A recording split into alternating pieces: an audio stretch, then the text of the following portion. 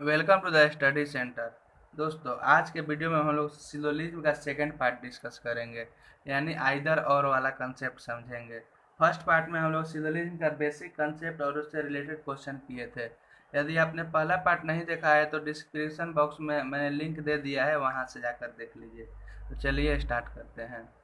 Syllogism का either और concept समझने के लिए हम लोग को तीन रूल समझना बहुत जरूरी है। जैसे कंक्लूजन में मान लीजिए दो कंक्लूजन दिया हुआ है, तो उसका सब्जेक्ट और ऑब्जेक्ट दोनों कंक्लूजन का सेम होना चाहिए, यानी कि सेम एलिमेंट होना चाहिए। जैसे मान लीजिए कोई स्टेटमेंट है, some A are B, some B are C, some C are D, और इसमें कंक्लूजन दिया हुआ है some A are D, some A are D, no A are D. इसमें दो कंक्लूजन दिया हुआ है, सम ए आर डी और नो ए आर डी। तो पहला रूल में क्या है, सेम एलिमेंट होना चाहिए दोनों कंक्लूजन में। ये पहला कंक्लूजन हो गया, दूसरा कंक्लूजन हो गया।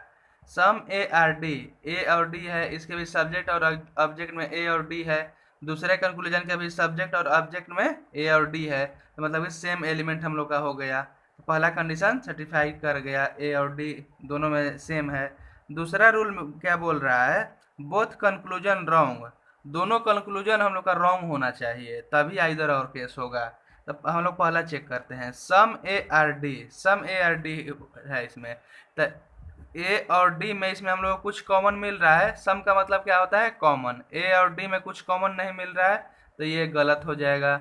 उसी तरह इसमें दिया हुआ है no A are D, no A are D, A और डी में कहीं से नो का रिलेशन है, तो इसलिए ये भी गलत हो जाएगा। मान लीजिए इसका हम लोग अलग फिगर बनाकर देखेंगे, तो हम लोग इसका दूसरा वेन डायग्राम बनाते हैं इसी स्टेटमेंट का, some A are B, some B are C, some C are D, हम लोग ऐसे ही बना सकते हैं। तो इससे भी स्टेटमेंट में कोई चेंज नहीं होगा, some A are B, some B are C, some C are D same हो गया, इसलिए ये गलत हो जाएगा। नो ए आर डी ये गलत हो जाएगा, क्योंकि ए डी तो हो सकता है, इसलिए ये गलत हो जाएगा। तो हम लोग का सेकेंड दूसरा रूल भी सेटिस्फाई कर रहा है, दोनों कंक्लूजन गलत हो गया।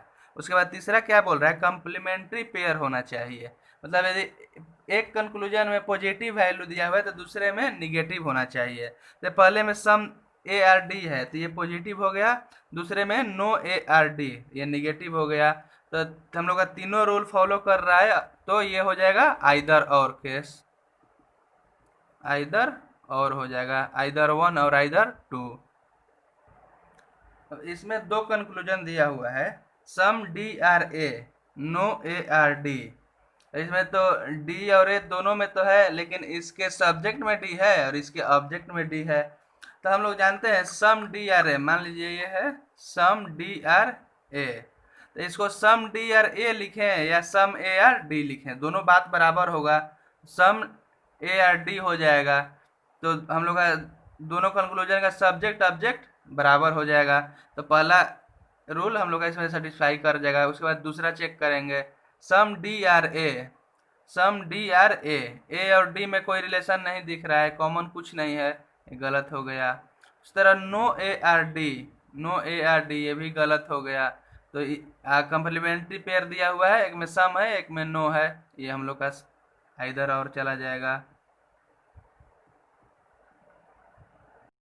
इसमें दो कंक्लूजन दिया हुआ है, all A are D, no A are D. तो इसमें सेम एलिमेंट हम लोग चेक करेंगे, एलिमेंट दोनों में सेम है। उसके बाद बोथ कंक्लूजन रॉन्ग होना चाहिए, all A are D, all A are D कुछ कॉमन नहीं है, गलत हो गया। No A are D, A और डी में नो का रिलेशन कुछ है नहीं है, क्योंकि ए का कुछ पार्ट डी हो भी सकता है नहीं भी हो सकता है, तो इसलिए ये गलत हो जाएगा। अब कब ये कंप्लीमेंट्री पेयर अब चेक करेंगे, तो हम लोग इसमें ध्यान देना है, ऑल प्लस नो यदि रहेगा तो ये हम लोग का नाइदर में चला जाएगा। यहीं पे ध्यान देना, यहीं पे हम लोग गलत कर देते हैं। ऑल और नो रहेगा और एलिमेंट सेम रहेगा दोनों कंक्लूजन गलत हो जाएगा, तो ये आइदर और नहीं होगा, ये नाइदर नॉर होगा। All plus no, complementary pair में क्या होता है, या तो ऊपर सम हो जाए और नीचे नो हो जाए, या ऊपर ऑल हो जाए और नीचे सम नॉट हो जाए। यदि ऑल और नो रहेगा तो नाइदर में चला जाएगा।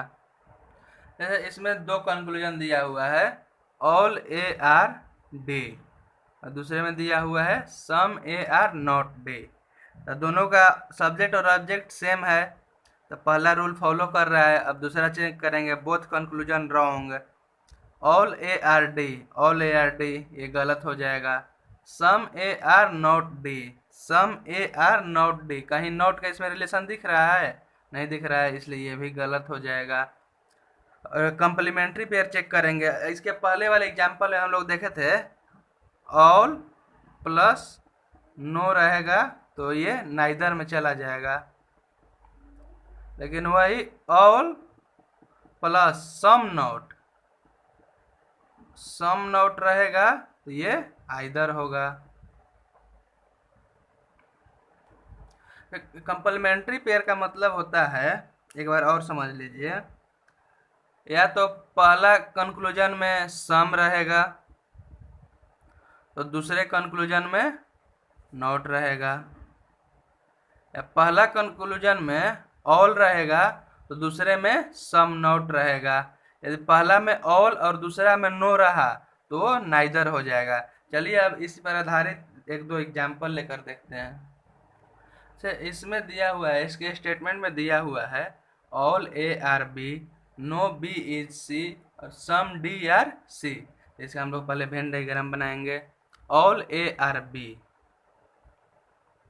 ए हो गया, all A are B, no B is C, B का सी से relation, no B is C और यहाँ क्रॉस कर देंगे।